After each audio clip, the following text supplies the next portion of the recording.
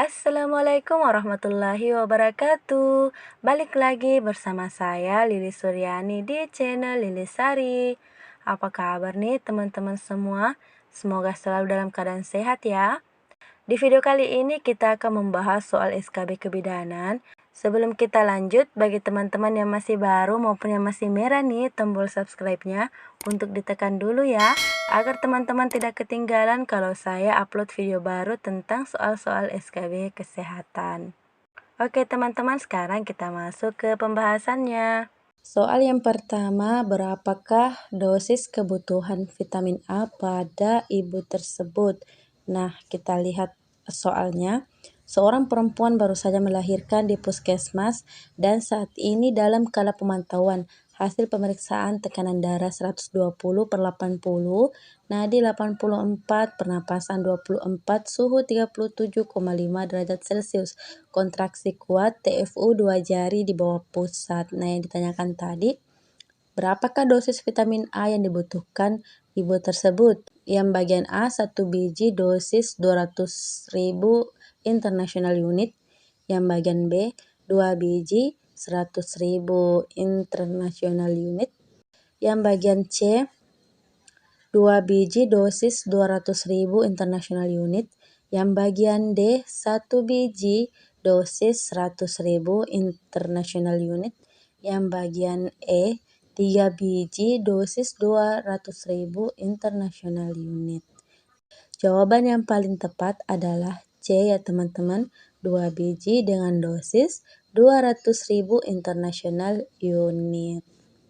Yang bagian A, 1 biji dosis 200.000 international unit itu merupakan dosis untuk pemberian vitamin A pada balita ya teman-teman.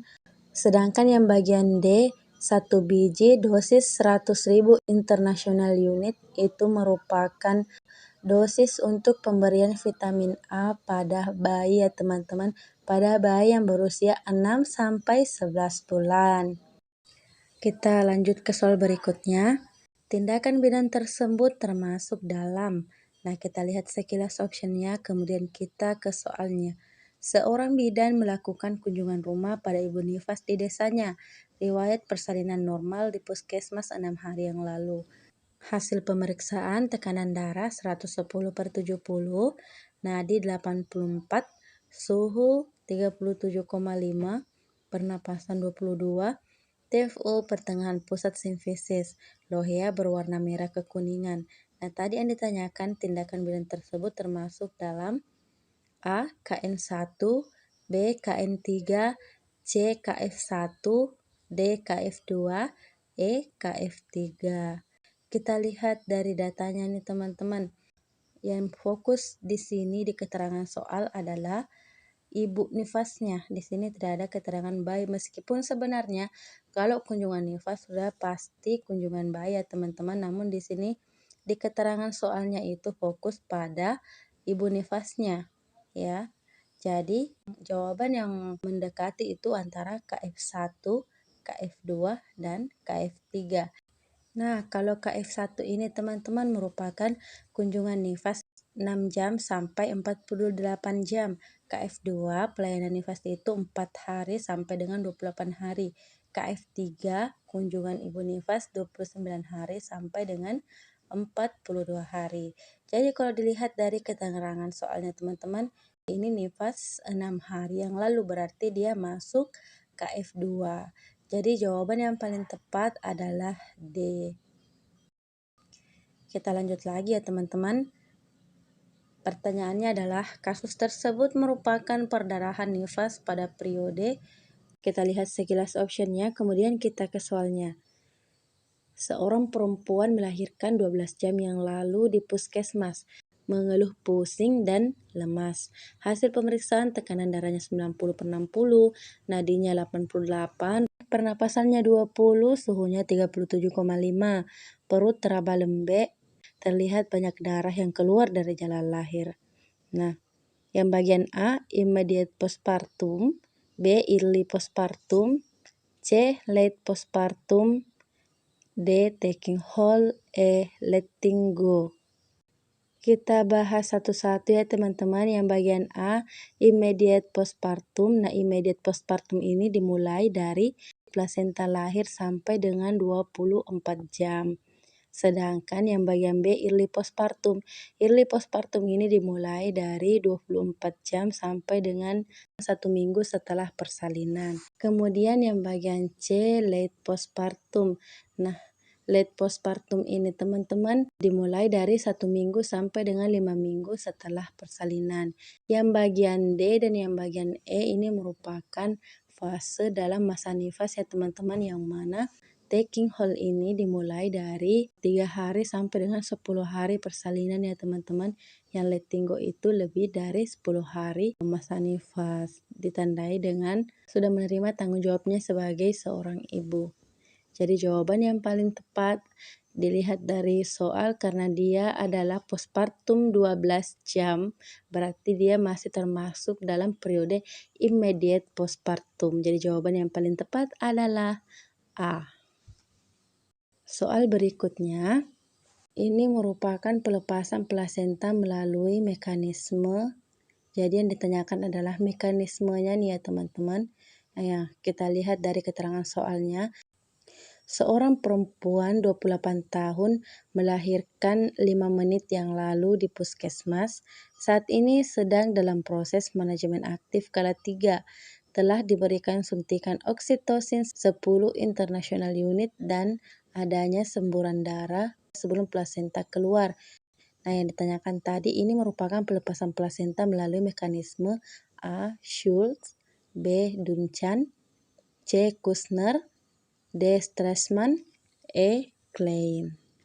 Oke teman-teman, kita bahas yang pertama, mekanisme Schultz. Berarti pelepasan plasenta yang dimulai dari sentral atau bagian tengah sehingga terjadi bekuan retroplasenta. Tanda pelepasan dari tengah ini mengakibatkan perdarahan tidak terjadi sebelum plasenta lahir. Jadi perdarahan terjadi setelah plasenta lahir. Kemudian yang bagian B, mekanisme Dunchan. Mekanisme Dunchan terjadi pelepasan plasentanya dari pinggir atau bersamaan dari pinggir dan tengah sehingga mengakibatkan semburan darah sebelum plasenta lahir. Sedangkan yang bagian C, D, dan E ini merupakan prasat untuk mengetahui lepasnya plasenta ya teman-teman. Yang bagian C, Kushner, ini mengetahui pelepasan plasenta dengan meletakkan tangan disertai tekanan pada atas simfisis, kemudian tali pusat ditegangkan. Bila tali pusat masuk berarti dia belum lepas. Jika diam atau tidak maju berarti dia sudah lepas. Sedangkan yang bagian D, Stresemann, dengan cara tegangkan tali pusat dan ketok fundus. Bila tali pusat bergetar berarti dia belum lepas. Tidak bergetar berarti sudah lepas. Nah, yang bagian E, Klein, prasat pelepasan plasenta dengan cara saat ada his, rahim kita dorong sedikit. Bila tali pusatnya kembali berarti dia belum lepas. Kalau misalkan diam atau turun berarti dia sudah lepas. Jadi jawaban yang paling tepat adalah B ya teman-teman, Dunchan. Karena dari keterangan soalnya sebelum plasenta keluar ada semburan darah ya teman-teman. Soal berikutnya. Berdasarkan kasus tersebut, bidan menggunakan prasat. Nah, yang ditanyakan di sini adalah prasat lagi nih teman-teman. Nah, kita lihat keterangan soalnya. Seorang perempuan 24 tahun melahirkan 5 menit yang lalu di puskesmas. Saat ini sedang dalam proses manajemen aktif kala 3. Nah, telah diberikan suntikan oksitosin 10 international unit. Seorang bidan meletakkan tangan disertai tekanan di atas simfisis. Tali pusat ditengahkan, maka bila tali pusat masuk berarti belum lepas. Jika diam atau maju berarti sudah lepas. Nah, yang ditanyakan tadi adalah prasatnya. Bagian A, Schultz, B, Dunchan, C, Kushner, D, Stresemann, E, Klein. Nah, sudah kita bahas tadi di soal sebelumnya. Kalau yang bagian A sama B, Schultz dan Dunchan itu merupakan mekanisme pelepasan plasenta ya teman-teman. Sedangkan Kushner, Stresemann, dan Klein itu merupakan prasat-prasat dalam pengeluaran plasenta. Kushner ini teman-teman merupakan perasaan untuk mengetahui lepasnya plasenta dengan cara meletakkan tangan di atas simfisis kemudian disertai dengan tekanan, tali pusat ditegangkan, maka bila tali pusatnya masuk berarti dia belum lepas. Jika diam atau maju berarti sudah lepas. Nah, berarti jawaban yang benar adalah ini ya teman-teman, yang bagian C, Kushner. Oke, kita masuk lagi ke soal berikutnya. Berapa lamakah ASI tersebut dapat bertahan? Nah, kita lihat keterangan soalnya. Seorang ibu melahirkan bayinya 3 bulan yang lalu. Ia sudah mulai masuk bekerja dan berencana memberikan ASI eksklusif dengan cara memerahnya kemudian menyimpannya di dalam kulkas dengan suhu 4 derajat Celcius. Nah, berapakah ketahanan ASI tersebut? A. 6 jam, B. 3 hari, C. 5 hari, D. 3 bulan, E. 6 bulan. ASI perah ini tahan 6 jam jika ditaruh pada suhu ruang sekitar 25 derajat Celcius ya teman-teman. Jadi kalau kita simpan saja di suhu ruang berarti dia ketahanannya itu sampai dengan 6 jam.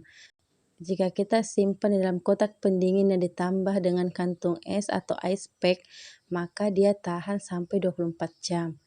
Kalau kita simpan ASI di dalam kulkas dengan suhu minimal 4 derajat Celcius, ketahanannya itu sampai 5 hari teman-teman. Kalau kita simpan ASI itu di dalam freezer dengan suhu minus 18 derajat Celcius atau lebih rendah lagi, maka dia itu tahan hingga 6 bulan teman-teman. Nah, kita lihat tadi dari keterangan soalnya, dia itu disimpan pada kulkas dengan suhu 4 derajat Celcius. Berarti jawaban yang paling tepat adalah C ya teman-teman, 5 hari. Nah, soal berikutnya, ASI tersebut merupakan, kita lihat keterangan soalnya, seorang ibu postpartum hari ke-12, riwayat persalinan normal di puskesmas, saat ini sedang memberikan ASI untuk bayinya. ASI yang keluar pertama kali saat dihisap berwarna jernih dan teksturnya cair yang berfungsi mengatasi rasa haus pada bayi. Nah, ASI tersebut merupakan ASI apa nih teman-teman? Yang bagian A, formil, D. hind milk, C. colostrum, D. laktogen, E. ASI transisi. Nah, kita bahas satu-satu nih teman-teman. Yang bagian A, formil. Nah, apa sih formil itu teman-teman? Nah, formil dan hind milk itu merupakan bagian atau jenis-jenis dari ASI matur ya teman-teman. Nah, kalau yang bagian A, formil itu adalah ASI yang keluar pada awal prosesi menyusui, mengandung tinggi laktosa dan rendah lemak. Formil itu diibaratkan seperti air putih yang dapat menghilangkan rasa haus pada bayi, memberikan energi dan menstimulasi perkembangan otak. Berarti jawaban yang benar adalah ini ya teman-teman, karena sesuai dengan keterangan soalnya. Yang bagian B ini adalah hind milk. Hind milk ini merupakan ASI yang keluar pada saat sesi menyusui akan berakhir nih teman-teman. Kandungan lemaknya itu lebih tinggi dibandingkan formil. Fungsinya hind milk itu teman-teman, karena dia tinggi lemak, berarti dia berperan dalam pertumbuhan dan peningkatan berat badan bayi. Sedangkan yang bagian C, ASI colostrum. ASI colostrum itu ASI yang pertama kali diproduksi teman-teman. Itu berlangsung dari hari pertama sampai dengan hari kelima persalinan. Ditandai dengan warna yang agak kekuningan ya teman-teman. Itu sangat penting untuk pembentukan antibodi untuk bayi. Nah, yang bagian D, laktogen. Nah, laktogen itu teman-teman bukan bagiannya ASI ya, dia merupakan susu formula untuk tambahan ASI ya teman-teman kalau sudah lewat dari 6 bulan. Yang bagian E, ASI transisi. Kalau ASI transisi itu biasanya dimulai pada hari ke-7 sampai dengan hari ke-14 nih teman-teman. Sedangkan sekarang kan di keterangan soalnya sudah hari ke-15. Soal selanjutnya. Apakah diagnosis pada kasus di atas? Nah, kita lihat keterangan soalnya ya teman-teman. Seorang perempuan berusia 40 tahun, P4A1, postpartum 3 minggu. Datang ke BPM dengan keluhan demam tinggi, menggigil, nyeri bagian perut bawah, kembung, Hasil pemeriksaan tekanan darah 110/80, nadi 96 kali per menit, suhu 39. Hasil pemeriksaan dalam didapatkan kafum Douglas menonjol dan fungsi kafum Douglas berisi pus. Apakah diagnosa pada kasus tersebut? A. Metritis, B. Abses pelvis, C. Mastitis, D. Peritonitis, E. Selulitis. Nah, jawaban yang paling tepat adalah B ya teman-teman, abses pelvis. Nah, di sini ditandai dengan adanya kafum Douglas yang menonjol, kemudian fungsi kafum Douglasnya berisi pus. Oke teman-teman, sekian dulu pada video kali ini. Semoga bermanfaat dan jangan lupa bagikan ke teman-teman yang lain agar banyak yang merasakan manfaatnya.